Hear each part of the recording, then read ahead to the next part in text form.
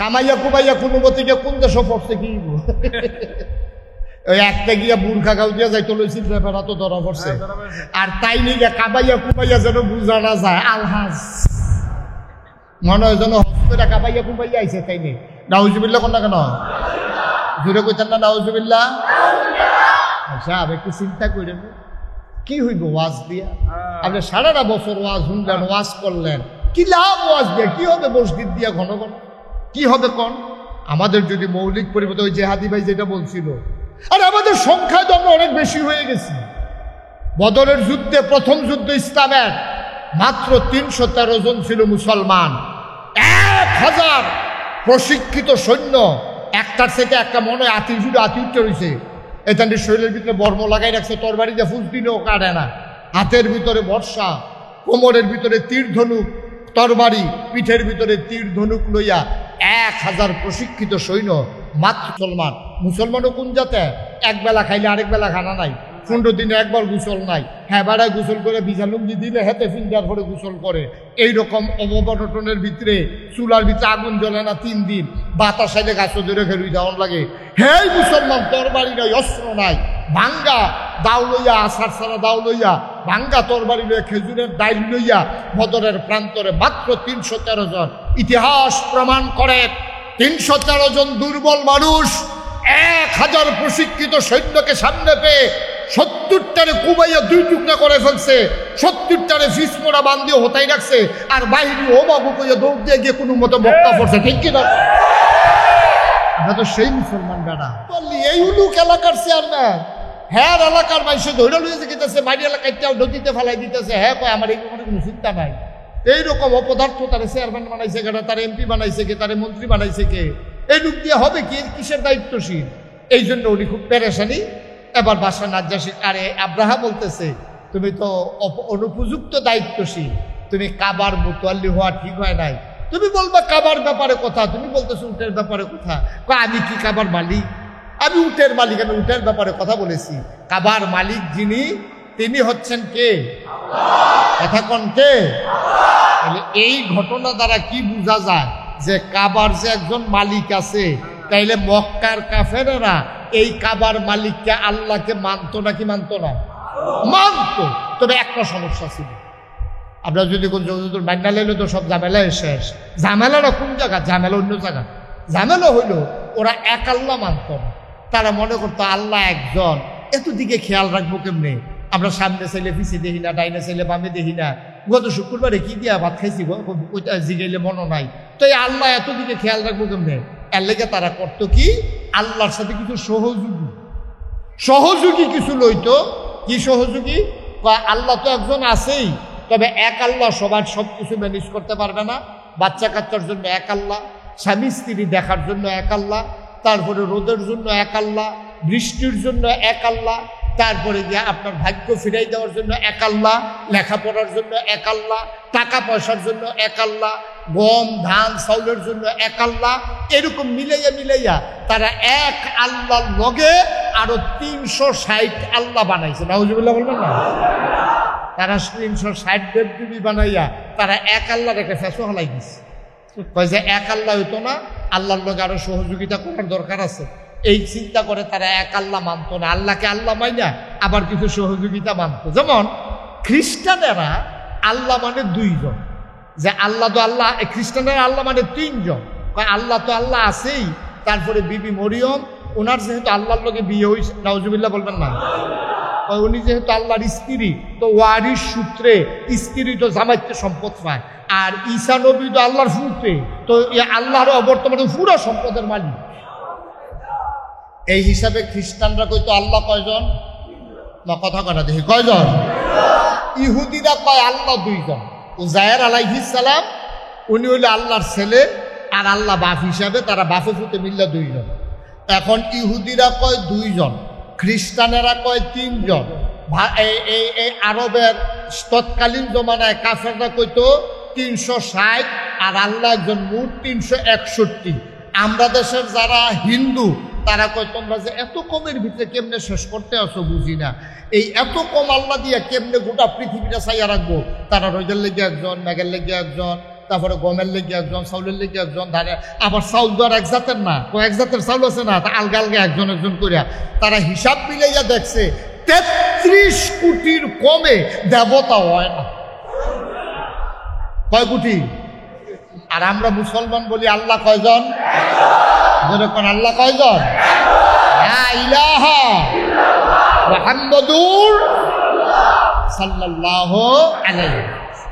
এবার বুঝছেন, তারা আল্লাহ মানার পরও তারা মুসলমান না দুই কারণে। এক নম্বরে হইল তারা এক আল্লাহ মানছে না, আল্লাহর সাথে অংশ দিছে। দুই নম্বরে তারা নবীজিকে নবী মানে নাই, এই জন্য তারা মুসলমান হইতে পারে। তৎকালীন জমানায় আবার আপনার ইয়া ছিল কি বলে হজ। তো মক্কার কাফেরারা যে হজ করতো, কেমনে হজ করতো খুব খেয়াল করেন এদিকে। বাচ্চা কাচ্চারা তোমরা এইভাবে উঠার বসে করবো না, সেটা নিয়ে মনে করছো ওটার অনুমতি পাইছি আর কি আইতে আছে যাইতে আছে। এটা কি কারবার বুঝলাম না কিছু। আমিন কন, জুড়ে কন। তো যেই কথাটা বলতেছিল একটু খেয়াল করে শুনেন। তো এখন মক্কার কাফেরেরা তারা এক আল্লাহরে মানতো, কিন্তু সাথে আর অন্য আল্লাহ মানতো। তারা ছিল মুশরিক। তারা কি ছিল? মুশরিক। তারা আল্লাহর সাথে শিরক করত, কিন্তু তারা হজ করত। হজ করতো কেমনে? তারা হজের মৌসুমে হজ করার আগে নিজের পাঞ্জাবি, নিজের শার্ট, নিজের গেঞ্জি, নিজের লুঙ্গি, নিজের পায়জামা, যত কাপড় চোপড় আছে সব খুললা পাথরের উপরে রাখিয়া একেবারে উলঙ্গ হইয়া উফরে নিচে গায়ের ভিতরে সুতাও নাই, এইরকম অবস্থায় তারা হজ করত। তো নাই তো আসতে কোন নাউজুবিল্লাহ, একবারে উলঙ্গ, গায়ের ভিতরে একটা সুতাও নাই। তো তাদের যুক্তি কি? তারা কেন উলঙ্গ হইতো? তারা কয় যে আমরা মার পেট থেকে মাসুম নিষ্পাপ হিসাবে যখন আসছি তখন গায়ে কোনো কাপড় চোপড় ছিল না। আসার পরে আমরা এই সুদ খাইছি, ঘুষ খাইছি, মদ খাইছি, তারপরে গিয়া বিভিন্ন অসৎ উপায়ে টাকা কামাই করছি। ওইটা সেটা যেই কাপড় বানাইছি, এই কাপড় পইরা, নাপাক কাপড় পইরা পাক আল্লাহর সাথে দেখা করা এটা মোটেও ঠিক হবে না। এই জন্য আইসি যেমনে আল্লাহর সাথে দেখা করবো এমনি। আমার কাছে যুক্তিটা পছন্দ হয়েছে। আপনারা নাউজুবিল্লাহ কোন আর আউজুবিল্লাহ কোন, আমার কাছে কিন্তু যুক্তি পছন্দ হয়েছে। যুক্তিটা ভালো, চিন্তাটা ভালো, যে আমরা নাপাক কাপড় পইরা, আমরা হারাম কামাইর টাকার কাপড় দিয়া আমরা আল্লাহর সাথে দেখা করা ঠিক হবে না। যুক্তি সুন্দর, কিন্তু কাজটা দেখতে অসুন্দর আর কি। কি কর, এটা দেখতে খুব খারাপ দেখা যায়। ফলাফলে বোধ হয় চিন্তা করতে আছে কিরকম জানি দেখা যায়। এটা এখন কেমন দেখা যায়, এটা দেখান যেত না তো। নাউজুবিল্লাহ বলেন, জোরে বলেন নাউজুবিল্লাহ। আচ্ছা, এবার আসেন সভাপতি সাহেব, কথা আমরা লাইনে এসে পড়ছে। তাহলে মক্কার কাফেরেরা হারাম কামাইর টাকা দিয়া তারা যেই কাপড় কিনছে, এই কাপড় পইরা তারা আল্লাহর সাথে দেখা করতে রাজি না। আমরা দেশেও দেখবেন একদল মানুষ আছে চিন্তা করে দেখছে, আরে আমি যে হজ যাওয়ার নিয়ত করলাম, এইবার আইয়া পড়ছে এলাকা 2500 সালম দিয়ে আইসা এবার চাষ করলো, বইয়া বইয়া সকালবেলা চা খা। তো আরেকবারে জিজ্ঞাসা, কি তুমি তো কোনো সময় আইও না, হঠাৎ করে কি ব্যাপার, কোনো খবর টবর নাই? তো ভাই সাহেব চিন্তা করছে হজ যায়, তো হজ যাইবা ভালো কথা, ডেট হয়েছে, কাও না কেউ পয়সা তো জমা দিছি না। কত আইসু কি লেগা? আইসি এই যে আমি একটু জমিন বেচবো আব্বার দিনের, এই যে উত্তর দিয়া মসজিদের লগের যে জমিনটা, এটা তো আপনারা জানেন, আমার এই জমিনটা বিক্রি করব আমি হজে যাওয়ার টাকার জন্য। তো লোকজন কইতেছে, বেড়া তোমার কোটি কোটি টাকা, গাড়ি আছে, বাড়ি আছে, বউয়ের গাড়ি, নিজের গাড়ি, সুইটার সিটার গাড়ি, তোমার এত সম্পদের মালিক, তুমি খেত বেচে হজে যাওয়ার লাগে? এবার মুস্কি হাসি দিয়া কয়, হেই টেহাত ভেজাল আছে।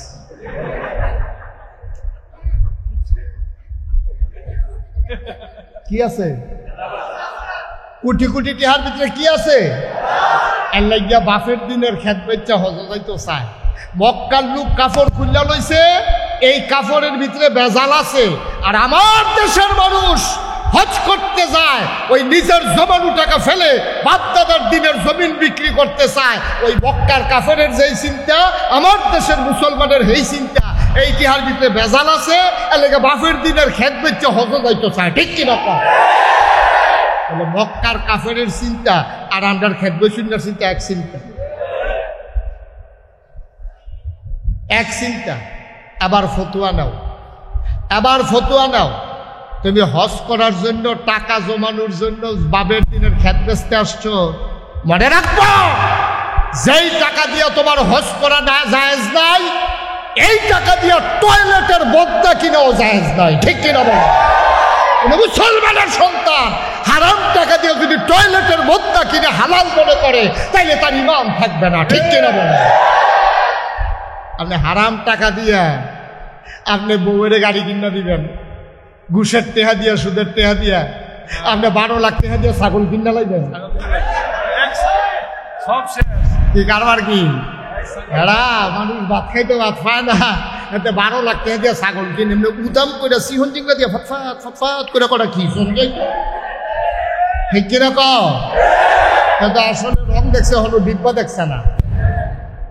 কামাইয়া কুমাইয়া কোনো মতিকে কোন দেশে পড়ছে কি?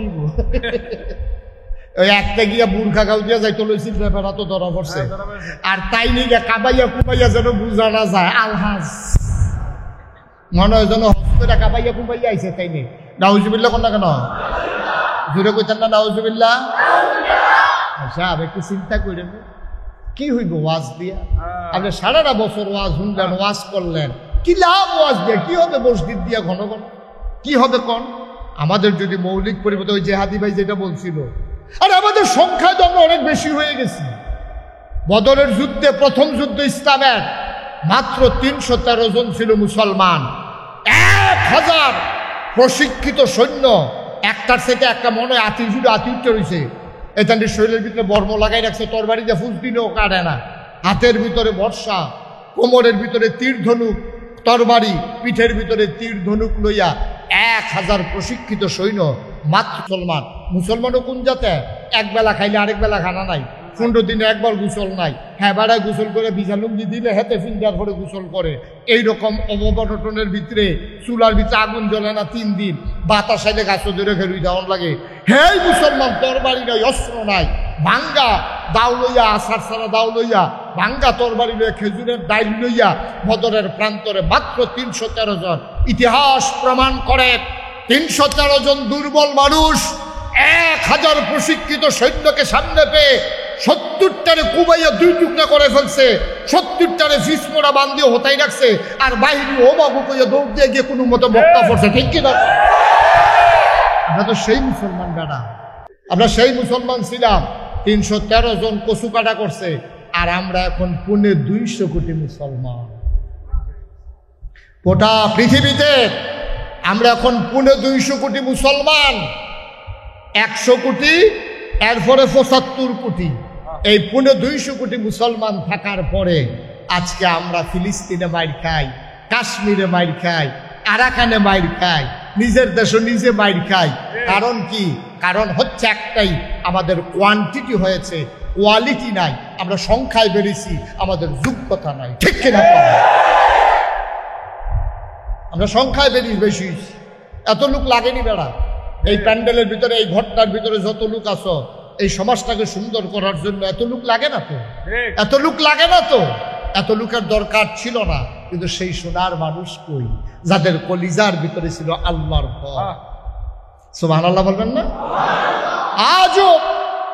আজও যদি মানুষ সোনার মানুষ হতে চায়, তাহলে অন্তরে একটা জিনিস থাকতে হবে, এটার নাম হলো আল্লাহর ভয়। কার ভয়? কথা কন, কার ভয়?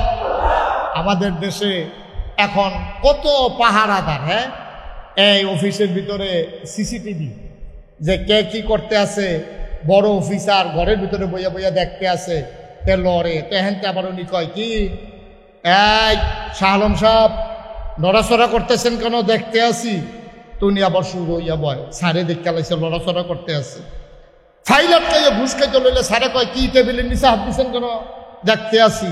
তো সব কথা ঠিক আছে, তাইলে আপনি যদি সব সিসিটিভি লাগাইছেন সমাজটারে সুন্দর করার জন্য, দুদক বানাইছেন আপনি কি করার জন্য? দুর্নীতিবাজ ধরার জন্য।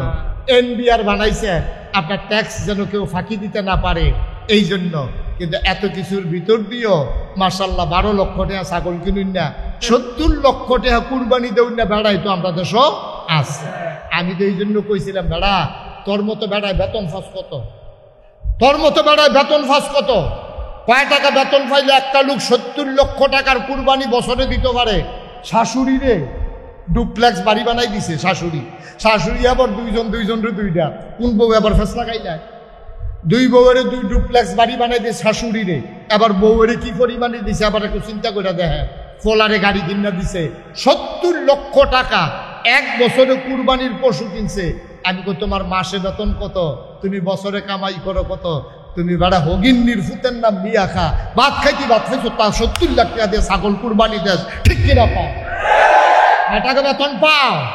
কোনো কিছুতেই তাকে মানুষ বানানো যাবে না, কোনো কিছুতেই সোনার বাংলা হবে না যতদিন পর্যন্ত অন্তরের ভিতরে আল্লাহর ভয় পয়দা না হবে, ঠিক কিনা পাও? আচ্ছা, আল্লাহর ভয় কারে কয়? নবীজি এই ভয়টা 13 বছর লাগাইয়া মক্কায় শিখাইছেও, এবার মদিনায় গিয়ে সেটা যখন ইসলামের আইন কানুন শুরু হয়েছে তখন থেকে সবাই মানতে আছে। কেন?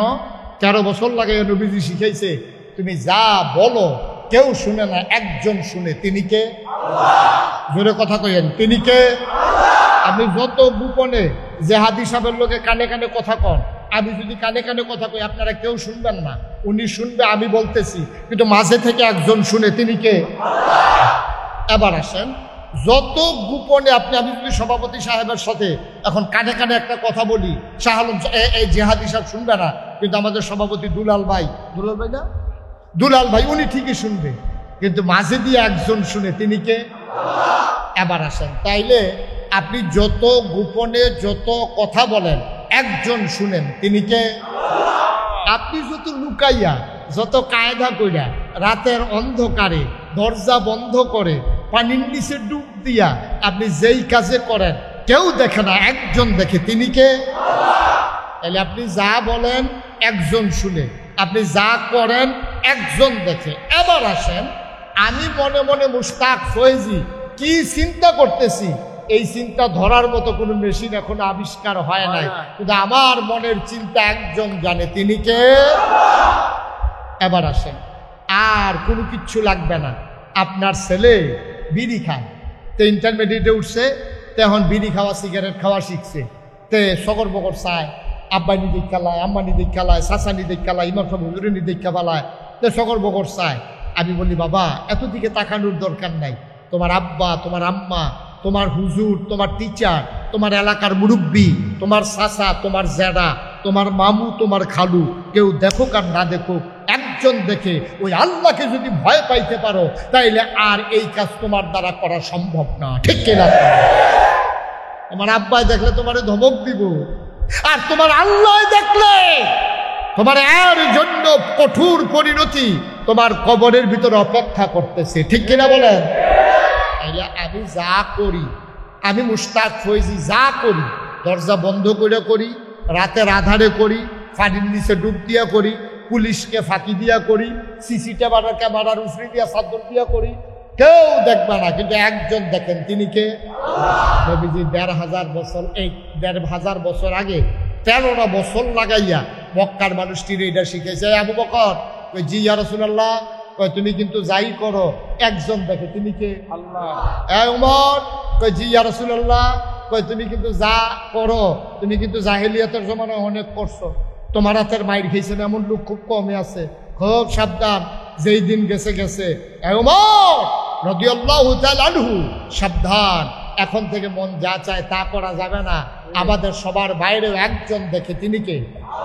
এবার আসে, কিয়ামতের ময়দানে বিচার করবে, আপনাদের এলাকার বিচার কিয়ামতের ময়দানে করবে দুলাল ভাই, কথা বলা দুলাল ভাই। তাইলে আমাদের এই হুজুরে, উনি যেহেতু মাদ্রাসার মুহতামিম হুজুর উমর ফারুক আনসারি ভাই, উনি এই এলাকার সব বিচার আল্লাহ ডাকবে, এই আনসারি করে, তো উনি কবে, জি আল্লাহ। তো তুমি এই এলাকার ভিতরে তাদের বিচার টিচার কইরা, তো এখন উনি যার ঘরে দেশি মুরগা দিয়ে ভাত খাইছে, ভাড়ায় গিয়া যে আনসারি ভাই এই মুরগা দিয়ে যে ভাত খাওয়াইছিলাম, বিচার কি সুজানা কায়? কথা বলে, বিচার কি সুজানা কায়? কায়, এটা আল্লাহ বুঝে। তারা বেড়া সমাজের ভিতরে বিচার করতে গিয়ে আগের রাইতে টেহা খাইয়া বিচার কাট করে লাস। তোরা তো যদি বিচারের ভাত দেয়, আনসারি হুজুরের তো দেশি মুরগা খাইয়া বিচার কাট করে নেব। সুতরাং বিচার তোমরা তো দেওয়া যেত না। বিচার কার হাতে? বুঝা শূন্য কর নাকি জেহাদি সাহেবের অত, দুলাল ভাইয়ের অত? তো দুলাল ভাইয়ের অত বিচার নাই, জেহাদি সাহেবের অত নাই, আনসারি ভাইয়ের আমি তো বললেই না। আবার ডাক দেখো তুমি চলো ওখান তাই এসে বিচার করতে হয়েছে এখন 2,500 ছাড়া তোমার মানে কেনা আমি তো প্রথমে নাই। তাইলে এবার আব্বা এবার একেবারে সাধারণ একেবারে যারা আমরা বোকা না, আমরা মোটামুটি চললে ফিরা খাই, এরপরও চিন্তা করে কম দেখি, তাইলে বিচার করবে কে? যে আল্লাহ বিচার করবে উনি কি দেখে নাকি দেখে না? শুনে নাকি শুনে না? জানে নাকি জানে না? আপনি দেখবেন ভালো মানুষ এবার আরে ফেরেস্তায় ধইরা জাহান্নামের দিকে নিতে আসে। ভালো মানুষ আপনি কইছেন এবারে আমরা এলাকার ভিতরে জান্নাতে গেলে একজন যাইব, হ্যাঁ এবারে আব্দুল মালিক ফেরেস্তায় গামছা লাগাইয়া টানতে টানতে জাহান্নামের দিকে নিতে আসে। ওই আপনি গিয়া জিগেবেন ভাই আমরা তো মনে করছিলাম একজন জান্নাতে গেলে আপনি যাইবেন, আপনার সমস্যাটা কি? এবারে চিল্লান দেখবো বাইরে হাসপাতালও শুইয়া শুইয়া একটা অসৎ চিন্তা করছিলাম, আমারে যে নির্বাচনের সময় ফিটলো হাসপাতালও শুয়ে শুয়ে চিন্তা করছিলাম কোনো মতে শরীরটা ভালো হইল লোক না, কেউ কাছে কইছি না, খালি ভিতরে ভিতরে চিন্তা করছি এই ডবিলে আল্লাহ এটার ফাইয়া লাইছে হেই শাস্তিয়ে তখন জাহান্নামে দিতে আছে। কেউ মনে মনে চিন্তা করছিল আমার মতো মানুষের যেতে ফিডা দিছে কোনো মতে খালি হাসপাতালতে বাড়ি লই ফিডা একটার জায়গা কয়টা খিসাম টার পাইবা মনে মনে বেলে চিন্তা করছে সেইটার কারণে বেড়ায় জাহান্নামে যাইতেছে গা। আর আমরা যারা দেখাইয়া শোনাইয়া নামাজ ছেড়ে দিচ্ছি, দেখাইয়া শোনাইয়া রোজা ভেঙে ফেলতেছি, আমরা যারা দেখাইয়া শোনাইয়া মানুষের উপরে জুলুম করতেছি, আমরা যারা দেখাইয়া শোনাইয়া শরীরের ভিতরে জোর থাকার কারণে ক্ষমতা থাকার কারণে দল ক্ষমতায় টাকার মালিক আমার 5টা ভাই আমি আরেকজনের জমিন দখল দিচ্ছি, এটার জন্য কিয়ামতের ময়দানে বিচার হবে নাকি হবে না? জেহাদি সাহেবের মতো মানুষ হুজুর মানুষ এবার মতো মানুষ মামলার দরকার কি? বাংলাদেশে সুদখুর ঘুষখুর মদখুর 12 লাখ টাকা দিয়ে ছাগল দৌড়া বেড়ায়, কোটি কোটি টাকা খরচ করিন না বেড়ায়, প্রকাশ্য দিবালুকে হাঁটে, আর বাংলাদেশে জেলখানায় থাকে না, মোটেও শুভ লক্ষণ না। ঠিক কিনা বল? কারবার কি? কারবার কি? দুনিয়া রাত কথা বল বুঝ করে বইব দুনিয়া রাত পড়ে গেল। এই দিন দিন না আরো দিন এই লোকজন জায়গা হচ্ছে না না ভাই, আপনারা মুরব্বী যারা আছেন একটু চেয়ারগুলাতে আসেন। এই যে হুজুর এই চেয়ারে আসেন। আরে এটা কি আইন না? এই কথা বলেন না কেউ। হ্যাঁ অনেক লোক বাইরে হয়ে গেছে, আপনার দয়া করে একটু আগান ভাই, একটু গরম লাগুক আগান। এই গেঞ্জি এই এই কই যাও? এই কালা টুপি কই যাস? বসেন মুরব্বী বসেন।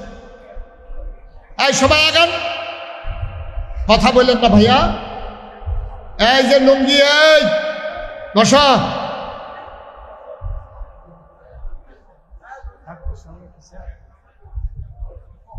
এই যে ডাক্তার সাহেব, এই লিয়াকত ডাক্তার সাহেব চেয়ারে আসেন। আহা আমি কাউকে বাড়িতে বলছি একটু বসেন, শেষ করে দিচ্ছি আর লম্বা সময় না। বরকতময় দিন শেষে অন্ধকারের চাদর যখন পৃথিবী ঢেকে দিয়েছে, জানান দিয়েছে রাত হয়ে গেছে। আজকে গত কয়দিন ধরে আকাশে যখন মেঘের ঘন ঘটা, বৃষ্টির রিমঝিম বরিশন ধারা যখন কর্তৃপক্ষের মনে আতঙ্ক ধরিয়ে দিয়েছে, মাহফিল করা যাবে কি যাবে না, সকল জল্পনা কল্পনার অবসান ঘটিয়ে দুদুল্যমানতা উপেক্ষা করে এই নবনির্মিত ফ্যাক্টরির এই শেডের ভিতরে যেন আমাদেরকে একত্রিত হয়ে এই বৃষ্টির মৌসুমে আসার বসার কিছু কথা শোনার সুযোগ করে দিলেন। হৃদয়ের সবটুকু আবেগ, উচ্ছ্বাস, ভালোবাসা আকুতি কাকুতি মিনতি জমা করে মাবুদের শিখানো কালেমা দিয়ে চিৎকার করে। সবাই পড়ি আলহামদুলিল্লাহ। জনাব সাহেবে সদর, আজকের এই মাহফিলের জনাব সভাপতি, এই এলাকার আলোচিত মুখ, এই এলাকার আলোকিত মুখ, ভালো মানুষ হিসেবে সবাই যাকে চিনে, জনাব জাফর আহমেদ পাঠান দুলাল ভাই। আজকের সহসভাপতি জনাব মোহাম্মদ মনির হোসেন, উদ্বোধক জনাব আলহাজ মোহাম্মদ আমানুল্লাহ আমান। আজকের প্রধান মেহমান হিসেবে দাওয়াত পেয়েছেন, কিন্তু এই বৃষ্টির ভিতরে না আসাটাই স্বাভাবিক। এই এলাকার গণমানুষের নেতা, জাতীয় সংসদের সম্মানিত হুইপ আলহাজ জনাব নজরুল ইসলাম বাবু এমপি। আমার পূর্বে কথা বলেছেন আমার প্রিয় ভাই, আমার দিনই ভাই, মঞ্চে ময়দানে যার সাথে কথা হয় অবিরত, তেজদীপ্ত প্রাণ জনাব হযরত মৌলানা জাহাঙ্গীর আলম জিহাদি সাহেব, হাফেজ মৌলানা উমর ফারুক আনসারি, হযরত মৌলানা মুফতি আব্দুল গফফার আল মাদানী, বিশেষ অতিথিবৃন্দ, সম্মানিত অতিথিবৃন্দ, আজকের মাহফিলের পরিচালক, সার্বিক তত্ত্বাবধায়ক সহ উপস্থিত এই এলাকার দিনদার আশিকিন মুহিব্বিন, ইমাম সাহেবান, ওলামাই কেরাম, মুরব্বিয়ানে আজাম, কলিজার টুকরা যুবকেরা, পর্দার আড়ালের মা ও বোনেরা, সবার প্রতি আমার আবারও আন্তরিক সশ্রদ্ধ সালাম। আসসালামু আলাইকুম ওয়া রাহমাতুল্লাহি ওয়া বারাকাতুহু। আমি মাঠের ভিতরে আলোচনা করতে ভয় পাই যে চতুর্পার্শ্বে কোনো আওয়াজ হয় কিনা। এই ছোট বাচ্চাগুলোকে এখান থেকে উঠাই দিতে হবে। এই বাচ্চারা, এগুলা বিরক্ত করবেই, এটা ওয়াজ বুঝে না তো। এই ছেলে, এগুলো একটু সরাইয়া অন্যদিকে দিয়ে দেন। যাও বাচ্চারা, উঠো পেছনে পেছনে, একটু তাড়াতাড়ি। এগুলা 1 মিনিট দেরি হইলেও ভালো, 2 ঘন্টা বিরক্ত করবো, বুঝেন? আস্তে আস্তে সবাই বলার দরকার না, আমি বলছি উঠতেছে। সবাই দায়িত্ব পালন করলে তো ঝামেলা হয়ে যাবে। ছেলে যাও, তুমি যাও, আর্জেন্টিনা যাও, তুমি দেশের থেকে ঘুরান দিয়ে যাও। ঠিক আছে, ওকে। আপনি একটু খেয়াল রেখেন বাচ্চারা কথা বলে কিনা। বিরক্ত করলে কিন্তু তোমাদেরকে উঠাই দেবো, বিরক্ত করা যাবে না। ছেলে, এদিকে ঘুরে বসো, ওইদিকে ফিরছো কেন? একটা শব্দ যেন না হয়, পিন পতন নিস্তব্ধতার মাঝে কথা হবে, কারণ বদ্ধ পরিবেশ। এখানে আওয়াজ করলে ভিতরে আওয়াজ নেই, কিন্তু আমারে কইবেন না, মাইকম্যানরে কইবেন।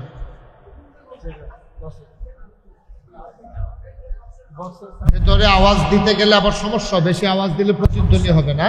ওকে, ফাইন, হ্যাঁ ঠিক আছে। এই যেই লোক আপনারা হইছেন, আমি তো খালি মুখে বললেও শোনা যায়, আপনি এখানে বইয়া শুনেন না, তাই চিকিৎসা করেন না কেন? কেউ আপনারা কইছে? আপনি কোন বিদ্যা নেন? চুপ করে শুনেন, খুব খেয়াল করে শুনলে, কেউ আওয়াজ না করলে। আমি খালি মুখে, মাইক ছাড়া বললো তো এটার ভিতরে কথা শোনার কথা। এটার জন্য কি মাইক লাগে নাকি? একটু জায়গার ভিতরে কোনো মাইক লাগবে না, এমনি শুনবেন। তারপরে মাইক তো আছেই, ওই বাচ্চাদের আওয়াজের কারণে তখন শুনেন। এখন শুনতেছেন না? পুরা শুনতে আছে। হ্যাঁ, মাশাআল্লাহ, আওয়াজ করেন, পড়েন সুবহানাল্লাহ, বলেন আলহামদুলিল্লাহ, বলেন আল্লাহু আকবার। শুকরিয়া আদায় করলাম কার? করবো কার? করে যাবো কার? লস না লাভ? কম না বেশি? প্রমাণ আছে নাকি নাই? আমার আল্লাহ রাব্বুল আলামিন কোরআনুল কারীমে কত সুন্দর করে ওয়াজ করে দিলেন। আল্লাহ বলেন, লা ইন শাকারতুম লা আযীদান্নাকুম। দুনিয়ার মানুষ, নিয়ামত পেয়ে যদি শুকরিয়া আদায় করবে, যেই নিয়ামত পেয়ে শুকরিয়া আদায় করবে, শুকরিয়া আদায়ের কারণে সেই নিয়ামত আমার আল্লাহ আরো বহুত গুণে বাড়িয়ে দেবেন। বলেন সুবহানাল্লাহ। আমার আল্লাহ যা বলেন তা করেন নাকি করেন না? কম কম না বেশি বেশি? প্রমাণ আছে নাকি নাই?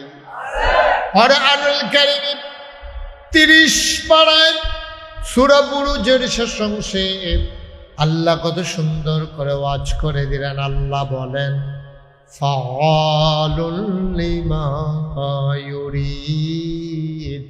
আমার আল্লাহ এমন আল্লাহ, তার যা মন চায় ওই কাজটাকে আমার আল্লাহ বেশি বেশি করে দেন। বলেন সুবহানাল্লাহ। এই আল্লাহ রাব্বুল আলামিন দুনিয়ার ভিতরে মানুষ পাঠানোর পরে মানুষগুলোকে এমনে এমনে ছেড়ে দেন নাই। কোন পথে গেলে জান্নাত, কোন পথে গেলে জাহান্নাম, কোন পথে গেলে লাভ আর কোন পথে গেলে লোকসান, কোন পথে ভালো কোন পথে মন্দ, কোন পথে কল্যাণ কোন পথে অকল্যাণ, কোন পথে শিরক বিদআত কোন পথে তাওহীদ রিসালাত, কোন পথে কুফর আর কোন পথে ইসলাম জানানোর জন্যে যুগে যুগে আমার আল্লাহ তাবারক ওয়া তাআলা মানুষদের মাঝ থেকে যাচাই করে বাছাই করে করুণা করে দয়া করে মায়া করে একদল উত্তম চরিত্রের মানুষ, যাদের গুনাহ নাই, গুনাহ হওয়ার সম্ভাবনাও নাই, এমন একদল মানুষকে আমার আল্লাহ আমাদের জন্য নবী এবং রাসূল করে পাঠাইছেন। বলেন সুবহানাল্লাহ। এই নবীদের মাঝে যিনি সবার শেষ, যিনি সবার সেরা, তিনি আপনার আমার নবী, নবী মুহাম্মদুর রাসূলুল্লাহ সাল্লাল্লাহু আলাইহি ওয়াসাল্লাম। সুবহানাল্লাহ বলবেন না? তিনি আমাদের নবী। তাইলে আমার নবী সেরা নবী, আমরা যারা আছি সেরা নবীর আমরা সেরা উম্মত। সুবহানাল্লাহ বলবেন না? কিন্তু আমরা সেরা উম্মত ঠিক আছে, আল্লাহ ঘোষণা দিয়েছে, কিন্তু আমাদের নৈতিক মান, জেহাদি সাহেব একটু আগে বলছেন না যে একটা সময়ে মুসলমান ছিল একেবারেই হাতে গোনা সামান্য কিছু। সারা পৃথিবীতে নবী যখন দ্বীনের দাওয়াত দিয়েছেন, যখন 40 বছর বয়সে নবীজির নবুয়ত প্রকাশ পেয়েছে, উনি তখন একা। গোটা পৃথিবীতে একজন মানুষ, তিনি এক আল্লাহর কথা বলেন আর ওনাকে নবী হিসেবে মেনে নিয়েছেন।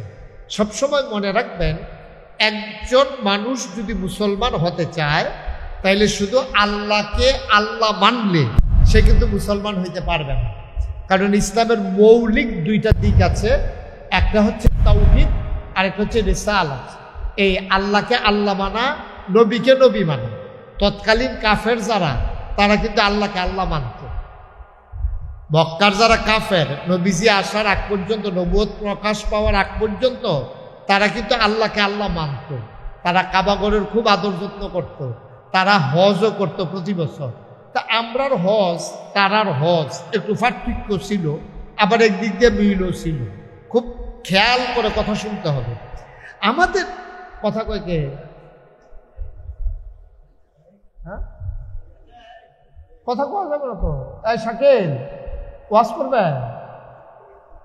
কথা বলার কোনো সুযোগ নাই তো, একবারে চুপ।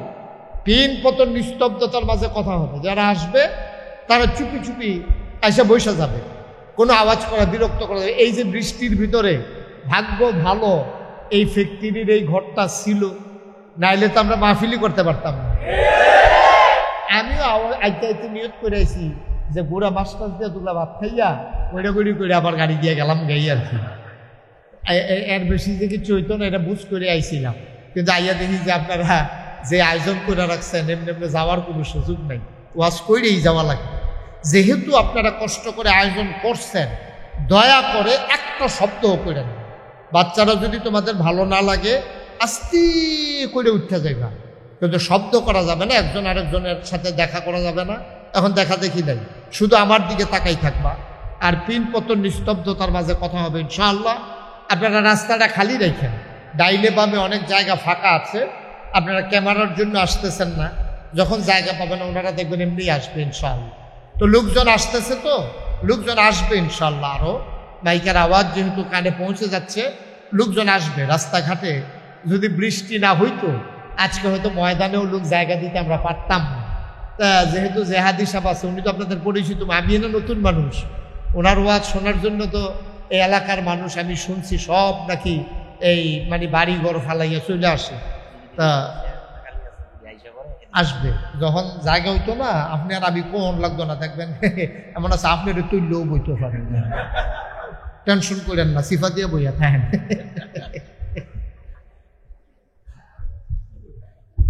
আমিন কয় না রে, এই আমিনে ওয়াজ হইতো না তো, জোরে কনা আমিন।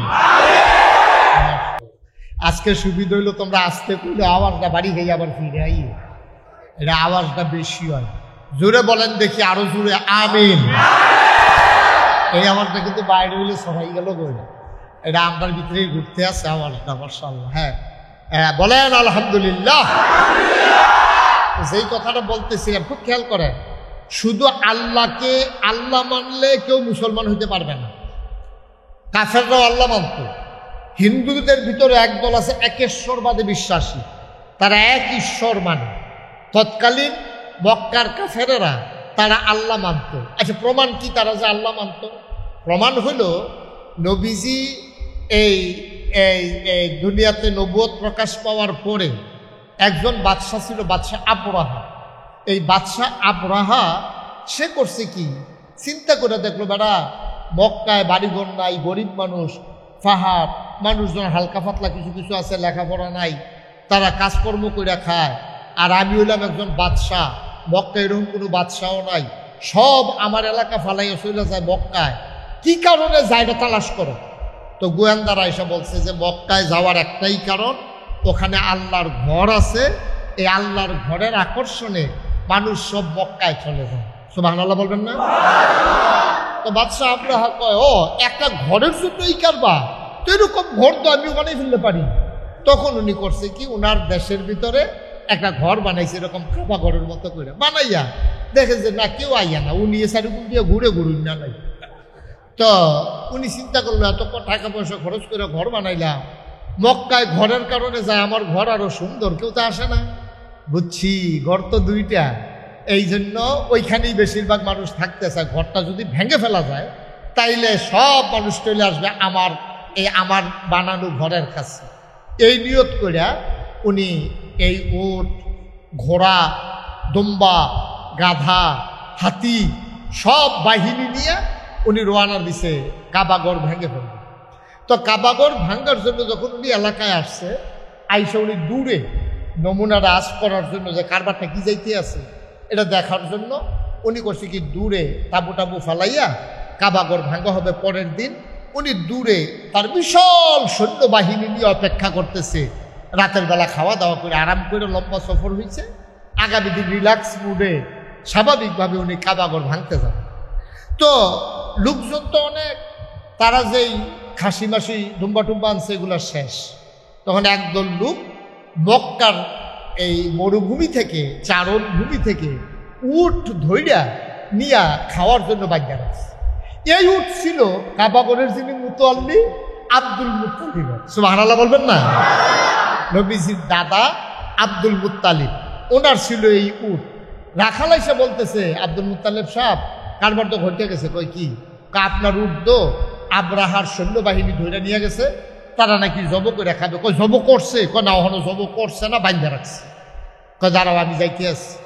তো আব্দুল মুত্তালিব উনি দৌড়াইয়া গেছে আপনার বাদশাহ আবরাহার কাছে, ইয়া বলতেছে যে বাদশাহ আবরাহা, আপনার বাহিনী এই শুনলাম আমার উট ধরে নিয়ে আসছে। আর এইসব কথা বাদ দাও, তুমি কি জন্য আসছো বলো, কি তুমি আর পরিচয় কি? আমার নাম আব্দুল মুত্তালিব, আমি হলাম কাবা ঘরের মুতাওয়াল্লি। সুবহানাল্লাহ বলবেন না? না এই ব্যাপারে কথা বলে লাভ নাই, নিশ্চয়ই তুমি কাবা ঘর যেন আমি না ভাঙ্গি এটার জন্যই তো বলবা, এই ব্যাপারে কথা বলে লাভ নাই। আব্দুল মুত্তালিব মুসকে হাসি দিয়ে কয়, না কাবা ঘরের ব্যাপারে আমার কোনো কথা নাই, আমার কথা অন্য বিষয়। আরে কাবা ঘর কালকে ভাঙ্গা হবে, তুমি কাবা ঘরের মুতাওয়াল্লি, তোমার কোনো কথা নাই মানে? কয় না, কাবা ঘরের ব্যাপারে আমার কোনো দায়িত্বও নাই, আমার কোনো কথাও নাই, আমি হাসি টাসি আসলে পানি টানি খাওয়াই, এর বাইরে আমার কোনো কাজ নাই। তো কয় কাবা ঘর যে ভাঙবো এই জন্য তোমার কোনো টেনশন নাই? কয় না টেনশন নাই। কয় তাহলে আসতো কোনো তুমি? তা আমি আসছি, শুনলাম আপনার কর্মচারীরা আমার উট ধরে নিয়ে আসছে। আমি গরিব মানুষ, আমার উট আপনার বাহিনী নিয়ে আসছে, আমার উটগুলো আপনি ফেরত দিয়া দেন। আমি গরিব মানুষ, গরিবের ফেরত লাতি দিয়েন না, আমার উট ফেরত দিয়া দেন। বাদশাহ আব্রাহা চমকে উঠলেন। বাদশাহ আব্রাহা ডাক দিয়ে বলেন, তুমি তো আজব মানুষ, কে তোমারে কাবার মুতাল্লি বানিয়েছে?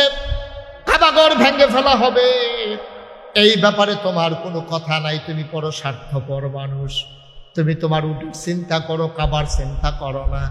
তুমি এই এলাকার দায়িত্ব পাওয়ার উপযুক্ত না। তুমি কিসের মুতাল্লি? তোমার ওই উট আনা হয়েছে, উট নিয়ে তুমি টেনশন করো।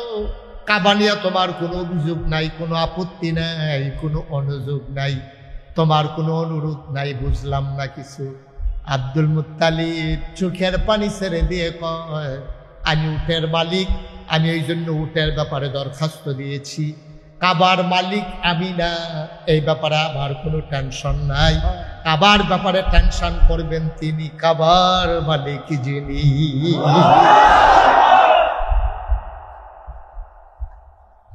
আমি তো কাবার মালিক না, আমি তো খাদেম। সাইয়া টাইয়া রাহি, ঝাড়ু টাড়ু দেই, কেউ বেশি পানির পিপাসা পাইলে জমজমের ইয়া থেকে গ্লাস দিয়ে না পানি টানি খাওয়াই। কোনো অসুবিধা হইলে তাদের চিকিৎসা টিকিৎসা বন্দোবস্ত করি, কেউ যেন তাদের উপরে কোনো জুলুম করতে না পারে, এটা আমি পাহারা টাহারা দেই। কাবাঘরের মালিক তো আমি না, কিন্তু উটের মালিক আমি। সুবহানাল্লাহ বলবেন না?